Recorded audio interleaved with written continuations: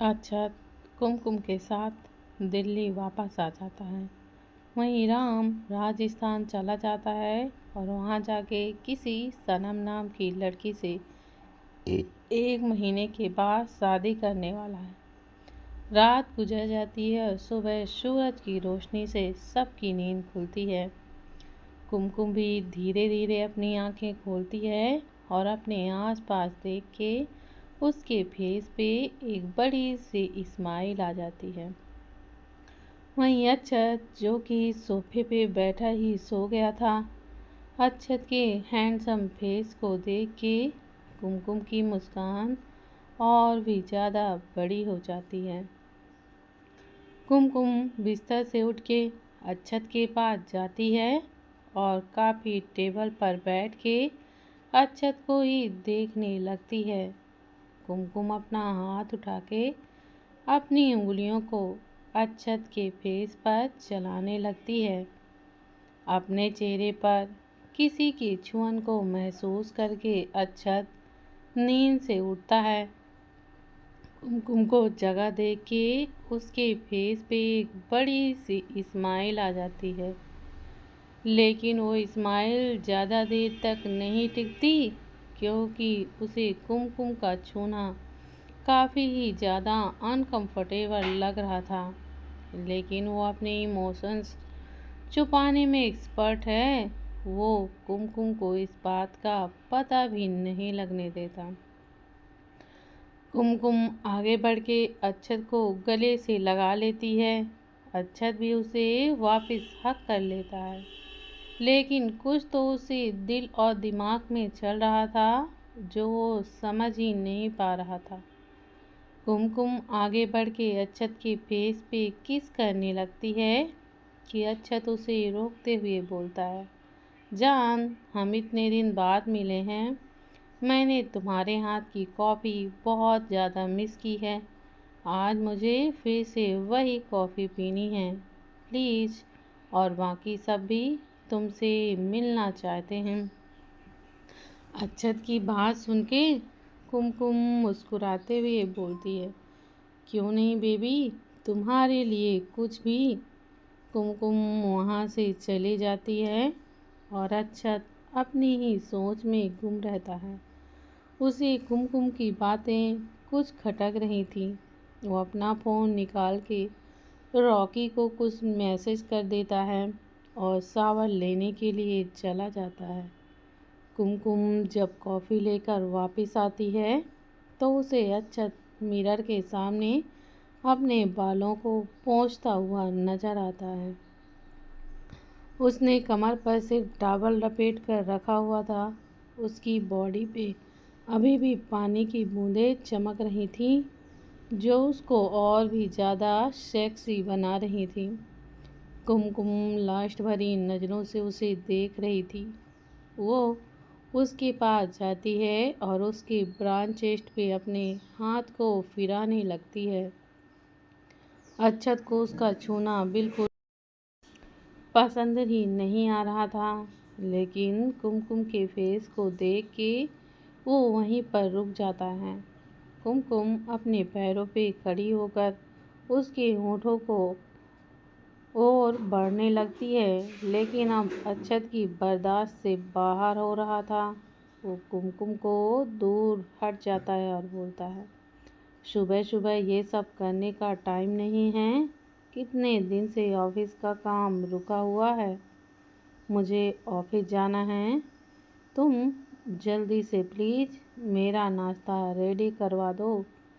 इतना बोल के अक्षत चेंजिंग रूम में चला जाता है और डोर को लॉक कर लेता है और खुद को टॉवल से साफ करने लगता है, जैसे पता नहीं कितनी ही गंदी चीज़ ने उसे छुआ हो।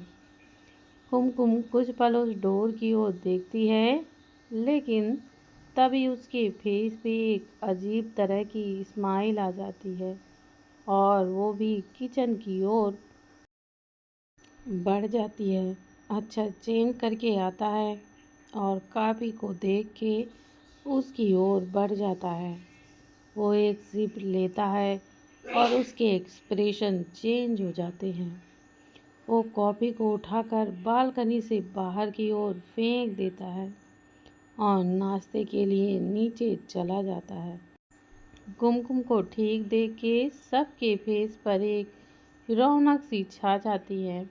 सब लोग कुमकुम से अच्छी तरह से बातें करते हैं, लेकिन कोई भी उस दिन को याद नहीं करता।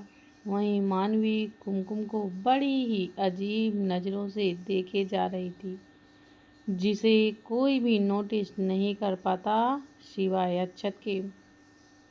नाश्ते के बाद सब लोग ऑफिस के लिए निकलने लगते हैं। कुमकुम भी अक्षत के साथ जाने लगती है, तो अक्षत उसे रेस्ट करने का बोल के उसे घर पर ही छोड़ देता है। कुमकुम अपने रूम में जाती है और बेड के पीछे लगी अक्षत की बड़ी सी पिक्चर पर अपने हाथ फेरते हुए उसे किस करके बोलती है, फाइनली तुम मुझे मिल ही गए। बहुत जल्द मैं तुम्हें पूरी तरह से अपना बना लूँगी। तभी कुमकुम को कुछ याद आता है और वो अपना फ़ोन निकाल के किसी को कुछ मैसेज करती है। वहीं उसकी ये सारी की सारी हरकतें कोई अपनी गहरी आंखों से देख रहा था। ये अक्षत ही था जो अपने रूम में लगे सीसीटीवी फोटो से कुमकुम को देख रहा था। उसके साथ बैठा मिहिर और मानवी भी ये सब देख रहे थे। अक्षत मिहिर को कुमकुम का फ़ोन हैक करने के लिए बोलता है और मिहिर भी अपने काम में लग जाता है। अक्षत मानवी की ओर मुड़ता है और उससे सुबह उसके कुमकुम को घूरने के बारे में पूछता है। मानवी अपनी सोच से बाहर आती है और अक्षत से बोलती है, मैं अभी इस बारे में कुछ नहीं कहना चाहती। जो भी मुझे बोलना है वो मैं तुम्हें शाम को बताऊंगी। तब तक तो तुम कुमकुम पे नज़र रखो। मुझे ऐसा लग रहा है जो है वो दिख नहीं रहा है और जो है वो नज़र ही नहीं आ रहा है। अक्षत मानवी की बात पे बस हाँ में जवाब देता है और उसके बाद सब लोग अपने अपने काम में लग जाते हैं। मानवी अक्षत के केबिन से बाहर आती है, अपना फ़ोन निकाल के किसी को कॉल करती है। सामने वाले की कॉल अटेंड करते ही मानवी उसे बोलती है, क्रश मुझे रिपोर्ट जल्द से जल्द चाहिए और रिपोर्ट तुम खुद लेके आओगे। इतना बोल के मानवी कॉल को कट कर देती है और अपने काम में लग जाती है। वहीं क्रश एक लैब में बैठा किसी चीज़ के एक्सपेरिमेंट कर रहा था। वो कॉल आते ही पहले घूर के फ़ोन करने वाले को देखता है, पर कॉलर आईडी देख के फ़ोन अटेंड भी करता है। लेकिन बेचारे के कुछ बोलने से पहले ही मानवी उसको ऑर्डर देके कॉल भी कट कर देती है। कॉल कट होने पे क्रश फ़ोन को ऐसे घूरता है जैसे अभी खोलते तेल में डाल के उसके पकौड़े बनाकर टमाटो सॉस के साथ खाएगा। मानवी को कोसते हुए बोलता है, मुझ जैसा लड़का आपको चिराग लेके ढूंढने से भी नहीं मिलेगा बॉस। अभी आपको मेरी कदर नहीं है, लेकिन बहुत जल्द होगी और फिर आप मेरे आगे पीछे घूमोगे। इतना बोल के फिर से अपने काम में लग जाता है। वहीं राजस्थान में राम के महल में राम आज ऑफिस न जाकर घर से ही अपना काम कर रहा था।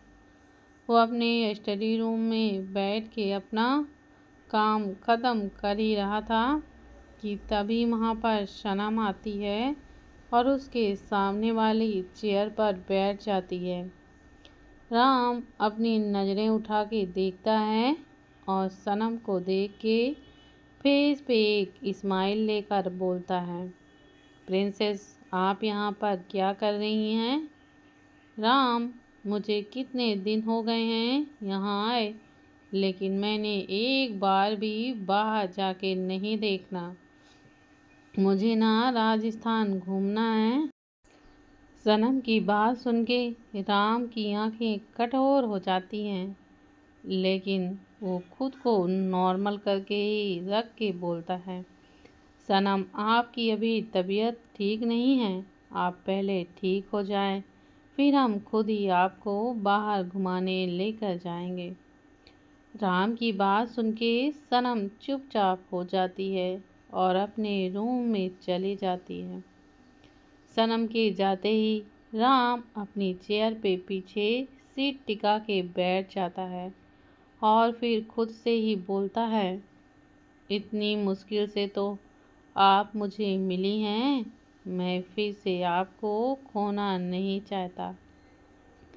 फिर चाहे इसके लिए मुझे कुछ भी क्यों ना करना पड़े। दोपहर से शाम होती है। मानवी अपने केबिन में बैठ के किसी के कॉल का इंतज़ार कर रही होती है। काफ़ी देर के बाद मानवी कॉल अटेंड करती है और सामने वाले की बात सुनकर वो जल्दी से कॉल कट करके नीचे भागती हैं।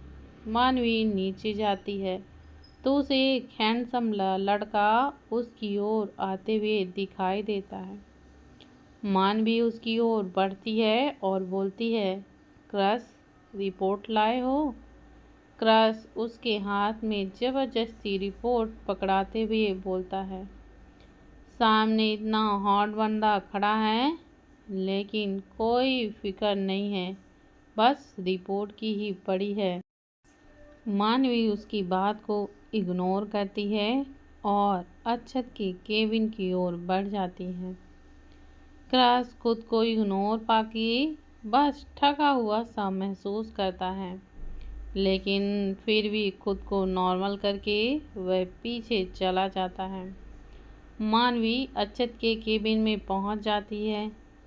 अक्षत जो अपनी नज़रें लैपटॉप पर गड़ाए हुए काम कर रहा था, वो मानवी को सवाली नज़रों से उसको देखता है, लेकिन उसके पीछे छुप रहे क्रश को देख के उसकी आंखें छोटी हो जाती हैं। वो थोड़ा गुस्से से मानवी से पूछता है, ये बंदर यहाँ पर क्या कर रहा है? उसको छोड़ो, पहले मेरी बात सुनो, मानवी जवाब देती है। मानवी आगे बोलती है, तुमने सुबह मुझसे एक सवाल किया था, उसमें उसका जवाब है। अच्छा शांत हो जाता है और मानवी को रिपोर्ट पढ़ने को बोलता है।